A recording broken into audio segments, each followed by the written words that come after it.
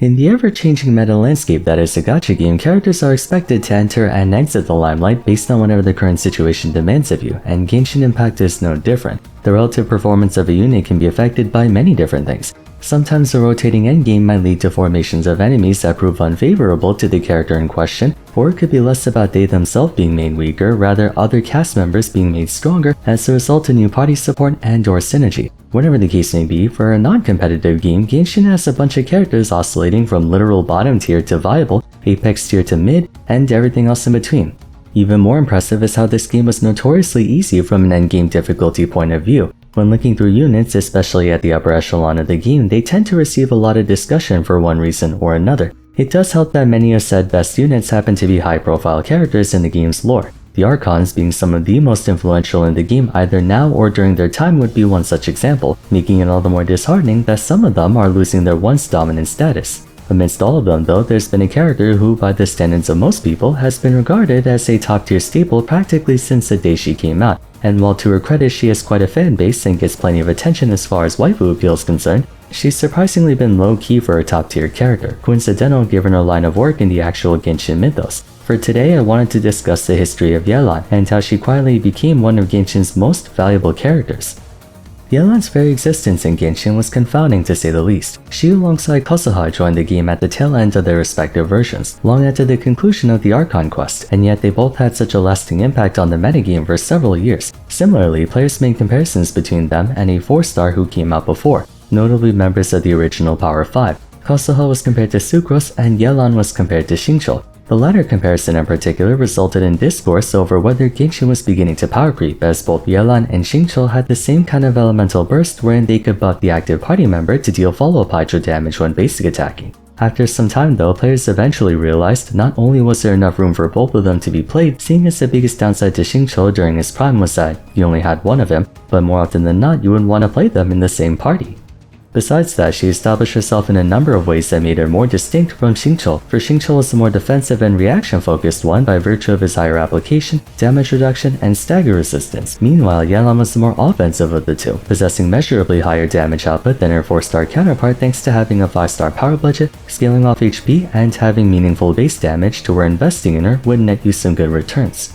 Additionally, she had the capacity of amplifying the damage of the active character, with her A4 passive yielding up to a 50% bonus dealt by the active character when Death Clearing Dice was in effect. Prior to Farina, this was one of the highest DPS buffs in the game. It was assuredly the highest damage percent buff when she came out, as I believe the only boost comparable to that was Kosuha, which only reached around I think 40. Even after more specialized supportive utility was released, Yelan's advantage was hers being relatively universal, in the sense that it could benefit anyone, regardless of element, scaling type, what have you. On a different note, one other source of appeal she had going for her was that she was the first character to offer meaningful exploration utility while being a good unit overall. Technically, Sayu was the first to carry an elemental skill that gave you faster overworld traversability, but with Sayu herself being so underwhelming of a character, no one thought it worth investing in her for that purpose. Not only did Yelan have a similarly speedy skill, but she was actually good, being able to use a lingering lifeline to move around quickly, damage enemies, and to even group them together. Acquiring C1 further accentuated that, affording you an additional cast for more damage, energy, and mobility. Yelan managed to essentially future-proof herself without really trying to. She not only tapped into the top-performing engines during the time she came out, but the conditions were simply perfect for her to latch onto every and all occurrences that took place thereafter. There was a veritable reason for any player to pull for her, no matter the circumstance. So not only was she one of, if not the strongest sub-DPS in terms of individual merit, but her flexibility enabled her to find usage immediately and continue finding usage up to and including the present day. Easily her best use case was Hu Tao Double Hydro, being one of the most straightforward teams in the game that packed an incredible punch. Having the same win condition as Xingqiu made her a no-brainer for powering Hu Tao's attacks, and being a hybrid carry, Hu Tao very much enjoyed Yelan's A4 passive, increasing her strength over time. Besides that, even with less hydro application than Xingqiu, Yelan could still reasonably perform in taser teams, which were all the rage throughout version 2. From my personal experience, I found Raiden National to be significantly more effective when swapping Xingqiu with Yelan, since Yelan's burst damage was a lot higher, and she could better reciprocate Raiden Shogun's buffs by buffing the Electro Archon's damage when it was her turn to eventually come out. Then again, I had C2 Yelan, so that kinda skews things a bit. Actually, to that point, Yelan was one of the few 5-star sub-DPS units who gave you a legitimate incentive to vertically invest in her. Gaining access to C1 would lower the amount of energy you had to build on her, which was no doubt useful, especially if you didn't go double hydro. Constellation 1 served a similar purpose on Yelan that Sacrificial Sword did for Xingqiu. Then C2 would accomplish two things. 1. Depth Clear and Dice would fire 4 bullets every other volley instead of 3, with the extra shot doing noticeably more damage. So not only were you bumping up every other volley from 26.31% to over 40, basically a 50% increase in burst damage, but the extra bullet would bring Yelan's Hydra application to roughly on par with Xingqiu's, at which point the most defining contrast between the two, Xingqiu's more comfortable application, no longer was a contrast. In a way, you could argue Yelan did power creep Xingqiu by way of a higher ceiling due to being a 5-star, it just wasn't by a big enough margin to completely overshadow him. The overall point being though, Xingqiu was considered by many to be one of the best if not the outright best character in Genshin Impact throughout the early versions. That said, being more defense-oriented, there was a lower cap on how strong you could make Xingqiu as a sub-DPS, whereas being more offense-oriented, you could take Yelan much further. This one laid the groundwork for Yelan's long-standing career.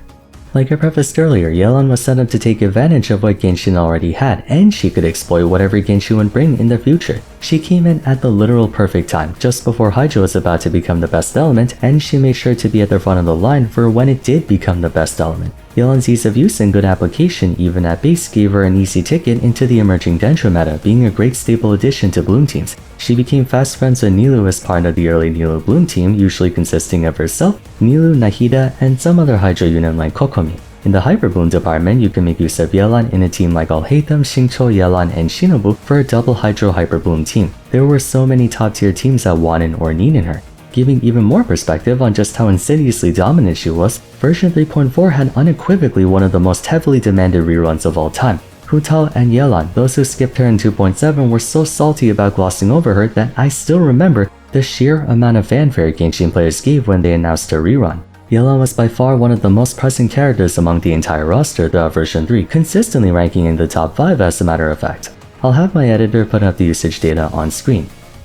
I know some of you guys don't like it when I show these because it doesn't represent the entire player base, but across a large period of time, seeing Yelan at the very top of Spiral Abyss usage, oftentimes higher than Xingqiu, at least presents a pattern of empirical data to lend credence to where I'm trying to get at. Depending on the situation, you can make an argument that Yelan was applicably among the top 3 best characters in Genshin, or damn near close to it, but that's what makes her story all the more interesting. Prevailing Wisdom was aware of Yelan's impressive resume up to that point, but back then she was never really in discussion for the most influential characters in the metagame the same way the community talks about Mavuika or Shilonen or Escoffier today. Yelan was as dominant as the current best characters in the game during her time, but she kept a pretty low profile about it. Everyone gushed over Nahida, Alhaitham, Nilou, Shinobu, and whatnot. Meanwhile, Yelan may have potentially been the one winning the most out of any of them.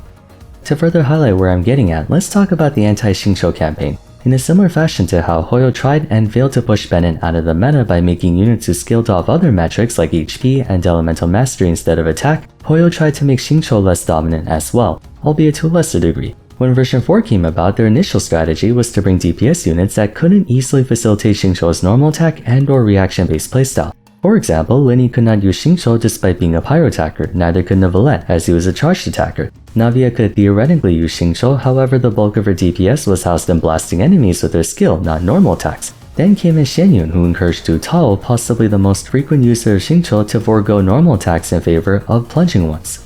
Alongside this, a gradual shift from a more reaction-centric meta where Xingqiu garnered most of its acclaim to a more hypercarry-centric meta further diminished his dominance. Having mentioned earlier, he was predicated on defensive utility and application, giving him an effective baseline, but ultimately a low ceiling in terms of damage. Yelan, on the other hand, while still hit by the same things that negatively impacted Xingqiu, was better prepared for it. To start, she's way more offense-oriented, and with the game power creeping fairly significantly from version 4 onwards, damage and vertical investment became the be-all end-all, and Yelan was nothing if not a load of damage. As an HP scaler, she could pair nicely with Furina, who was also an HP scaler, and the X-Hydro Archon would effectively replace the 4-star Rich Boy in double Hydro teams. For instance, the new Hu Tao double Hydro entailing herself, Yelan, Furina, and Xianyun. In many cases, you had more of a reason for Furina to replace Xingqiu over Yelan because by adding Furina, you're basically playing towards a hypercarry DPS win condition, one that Yelan played into a lot better, especially if you factor vertical investment into the equation. I will concede, however, that the damage was still dealt. From late version 4 onwards, one can make a case that Yelan was no longer an Apex tier character like she was in version 3, but her decline could have been a lot worse, especially in light of the time she came out. By this point, most version 1 and 2 units who haven't been carried by a new support like Xingqiu have all but fallen off by a serious margin, making it all the more impressive that Yelan is still regarded as a top tier unit to this day. More surprising to think she still managed to hold on even throughout version 5, Hoyo continuing with the trend of non-normal attacking hypercarries like Milani, Chaska, Maviga, and Varesa, coupling that with the roster gaining powerful new additions in the support department like Xilonen, Eonsan, and Zilali. Doubts were cast on whether Yelan would be able to keep her spot at the top. Strangely, however, she did.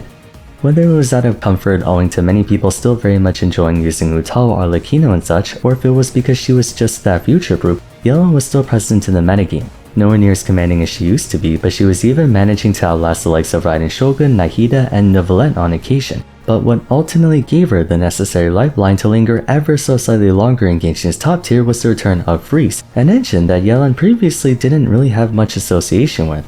Freeze was one of Genshin's best reactions by virtue of it effectively invalidating the opposition. It was extremely consistent, but as Hoyo took measures to make Freeze unusable in the endgame, as well as other reactions and teams becoming stronger, Freeze began to fall to the wayside, and Cryo along with it. But with the advent of Xingqiu, that all changed. Freeze became one of the most vertical investment heavy teams in Genshin Impact.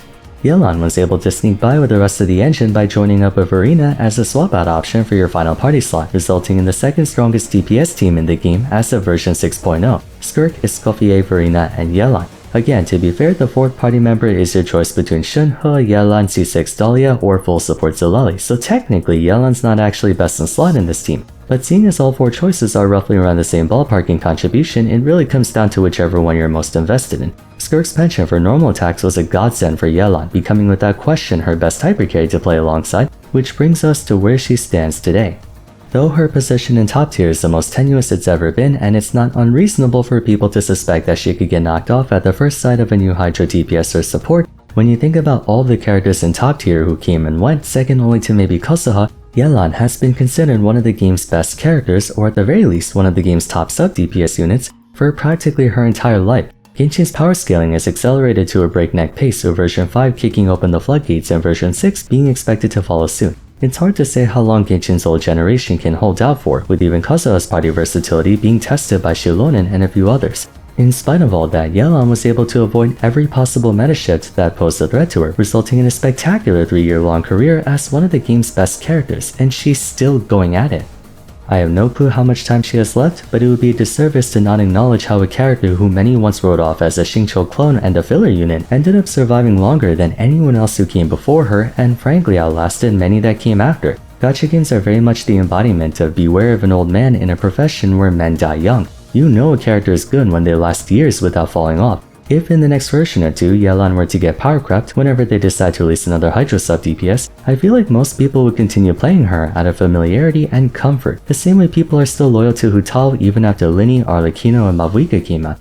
I mean, let's be real, Yelan is still top 5 best waifus in Genshin. They wouldn't have released a skin for her if that wasn't the case, right?